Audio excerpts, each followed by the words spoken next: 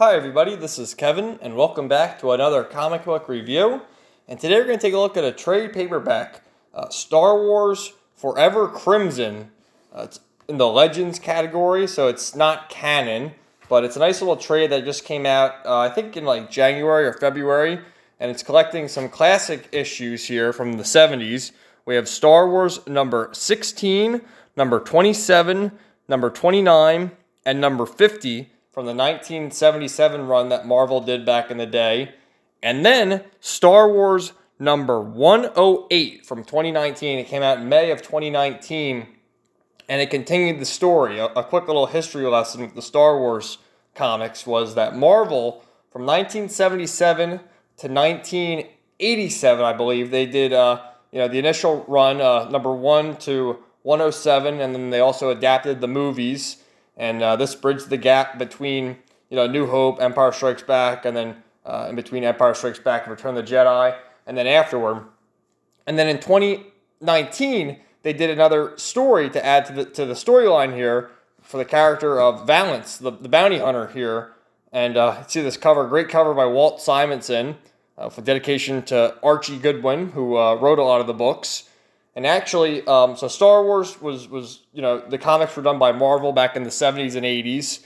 And then in 1991, Dark Horse Comics had the license till about, I think, 2014, I want to say. And they did a lot of, expanded universe stuff. They adapted the 3 novels that came out in the 90s. They did Dark Empire. They did Old Republic stuff. They did New Republic stuff, Jedi Academy. All in all, the Dark Horse run was really good. And it was just very interesting to see how they brought back with issue 108 to continue the storyline here, the Forever Crimson storyline. And really a lot of great artwork here. So let's just jump into it. So this is actually all the trade paperbacks for the original Marvel years. There's 4 epic collections. These are like $35 books. They're really thick.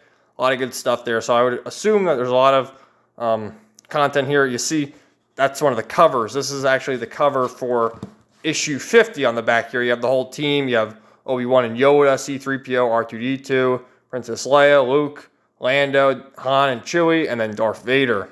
And a lot of good stuff. So let's just jump in here. Forever Crimson. And you see all the credits here. There's Valance, the bounty hunter. You're going to see it in a later video where I rip the new Star Wars bounty hunter comic to pieces. But you see, these are all, look at all the issues they did in 1977. You have number 16, number 27, number 29, number 50. All came out in 1997. Or that must be the run it was on. This probably came out monthly. But you see, writer Archie Goodwin, Walt Simonson did the artwork for issue number 16. Then you had Carmine Infantino and Al Williamson and all sorts of other stuff. Walt Simonson came back there. And then for the one in 2019, you had Matthew Rosenberg was the writer, and there's a bunch of different chapters. You have Giuseppe, whoever, I can't pronounce the last name, Cam Smith, Kerry Gamel, Andrea Brocardo, and all sorts, it goes down the line there. And then Walt Simonson did the cover, and a lot of good stuff right there. And it was all dedicated to Archie Goodwin, who passed away rather young. I think he was only 60 years old. But look at this is from 1977. Look at that cover right there. Valance the Hunter. This was it's 35 cents. Still only 35 cents. And you really get a lot of stuff. Stan Lee presents Star Wars. Look at that. Could you imagine owning a physical copy of this from the initial floppy back in the day? But Valance the Bounty Hunter, you have his storyline here where he hates droids. And he'll stop at nothing to kill droids. And you get a little backstory about how he was a stormtrooper who got blown to pieces and was brought back as a cyborg. And so you have this little bunny here. This is Jackson, and this guy kind of looks like Luke Skywalker, and they kind of allude to that later on.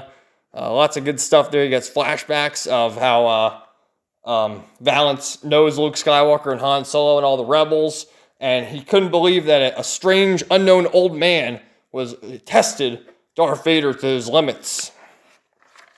And you just get some classic artwork here, the spaceships, the Millennium Falcon, all sorts of cool stuff. And they're after Jackson, who's sort of a bounty hunter who works with Han Solo, and this woman here, Armeza. Lots of cool stuff here. It's just a great trip down memory lane. You got nice boobs hanging out there. You got the banthas. All sorts of cool stuff. So Valance is after Luke Skywalker, and he sees this kid here who looks like Luke Skywalker, and he's like, oh, it's not him, and he's just beside himself that he lost, and he starts clawing at his face, and it shows that he's a cyborg there. So that was that issue, and then here you have Luke and C-3PO being chased after Valance, and as you know, he hates droids, so he's really gonna hate C-3PO. And, he's looking for Luke Skywalker because he's a bounty hunter, and he's going to get him for Darth Vader. And you see that's like the Tantive 4 ship going against the Star Destroyer. You really see the Empire's might as opposed to the Rebels. And, for the time, going back looking at this classic art, I like the new modern art in certain books, but looking at this, it's really great trying to see how they get Princess Leia to look like she does. You got Luke wearing his robe, so this must be set after A New Hope. Before Empire Strikes Back, before you knew they were at Hoth, because he wore this robe in A New Hope, and then he had the black robe after Return of the Jedi, when he became a true Jedi.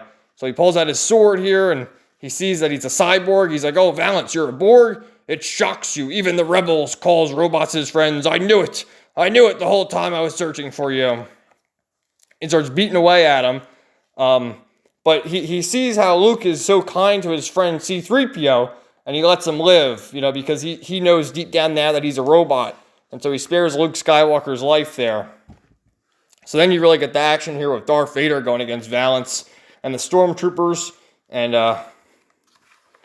Darth Vader is like, I'm going to find this child. How is he resisting me at this point? I think he must know that Luke's his son or whatever, but obviously, Luke doesn't know. And you really see all these cool aliens, how they all looked back then. Nowadays, you see in the new Star Wars books, you see all the agenda-driven characters, how they're not really aliens. They're just people with different skin colors, and they act like that's the alien. But once again, look at Valance, looking as badass as ever. They're on, this isn't that planet, what's it called? Mustafar. It's another planet with, burning seas and all sorts of crazy stuff. And once again, there's another character that looks just like Luke Skywalker. His name is Tyler Lucian, and he's got like a Luke Skywalker scruff, and Darth Vader's ship comes in, Valance is running, he's like, oh, Vader's found you, and this guy knows that Luke is, that's Luke, I'm getting confused because they look so similar. This Tyler knows that Luke is Darth Vader's son or whatever, and so that's why Darth Vader's here, and Valance and Darth Vader have a great confrontation here, where he starts blasting away. He's got his hand. He's able to just shoot beams out of his hand. And he's actually giving Darth Vader a run for his money here. It's pretty crazy. So they're just going at it. Lots of great stuff. And Valance is trying to survive, and Darth Vader cuts his leg off so that, Valance can go, and he's seemingly dead. So then you get this super special. This is issue number 50. So they made it a supersized Star Wars Saga Giant 50th Collector's Edition, only 75 cents. Yeah, look at that. And then Lando's in it. So this has to be after Empire Strikes Back. So after 1981. Once again, Archie Goodwin pretty much wrote all these books here. Now you got Chewbacca and Lando. And this is in between. They're looking for, Han Solo with the Hutts. And great shots of X-Wings and Star Destroyers. And Luke's having a vision of fighting Darth Vader now that he knows he's his father. Chewbacca. And this is where you get the Red Crimson. So it cuts to a little flashback of Chewbacca and Han Solo, where they ran into this guy. This little, looks like the devil, looks like a little demon. And they're after these gems, which control the Forever Crimson, what this book is named after. So Han and Chewie are on their way.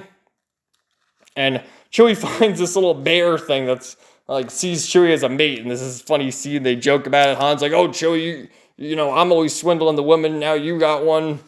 What's going on, Chewie? You like the big women?" And so he makes his way back.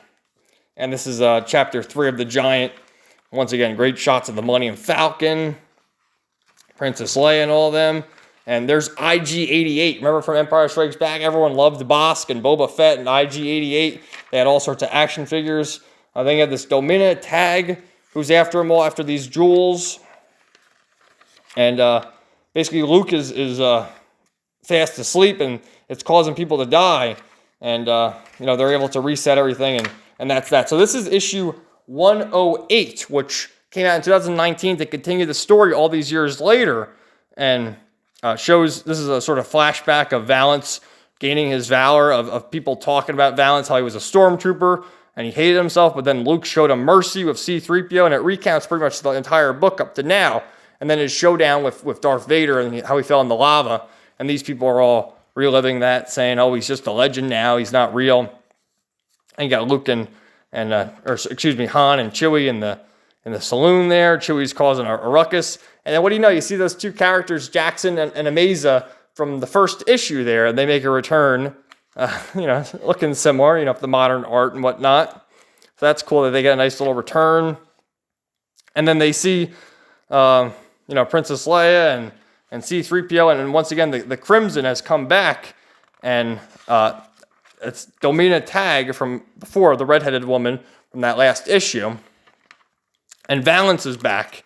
He's back as a cyborg. They've reprogrammed him, and he kind of looks like a Terminator right there. So he's working, trying to get revenge. And so they go on their quest here. There's Star Destroyers, and they go to the Star Destroyer where the gems were, because that Domina Tag, all these years later, is still trying to find them. They put on their space suits. Even the Bunny Jackson from that first issue, I love how they keep the continuity of him staying in there. And it's really a great tale here. You have Valance, who comes in and actually ends up sacrificing himself because of all the humanity that Luke Skywalker showed him. How that Luke cared for C-3PO and all the other droids, and that he's part droid. He ends up sacrificing himself in the end, and goes on. And I think he saved himself. The end. And really a great anthology. Here's all the different variant covers from this historic book that came out last year. There's Valance, the action figure. I'm sure there's Valance action figures out there. There he is, dueling Darth Vader. And really, this inspired me. I got to go back and read the original Marvel comics, because the original Star Wars Marvel comics, because I've always read the Dark Horse ones and the modern Star Wars ones. And here's some little notes from everybody, from the editor right now. And then David Michelini did some issues towards the end of the run. Archie Goodwin did most of them. Walt Simonson did some early issues. Ron Friends did some issues. Tom Palmer was an inker. And really great stuff. Here's some black and white panels. And there's that 50th issue cover. So this is a great pickup. How much is it? It's cheap. It's not that expensive. It's only $19.99 on in-stock trades. There's always sales, so I'm sure you can get this for even cheaper or on eBay, but it's definitely a good pickup, a trip down memory lane, seeing some great artwork. And you'll see it in another video I'm going to have later in the week, where I look at Star Wars Bounty Hunters #2, where I show that the art in this book is so much better than the art in the current book. And this is like 50 years old now? It's crazy. So thanks for watching, everybody. Stay tuned for some more comic book reviews later on. I'm sorry it's a little bit of a long video. I normally keep them kind of short, but this was a lot bigger of a book, as you see there. So there's a lot of stuff to get to, and really some classic tales. So I thought I'd take my time with it. So thanks for watching, everybody, and take care.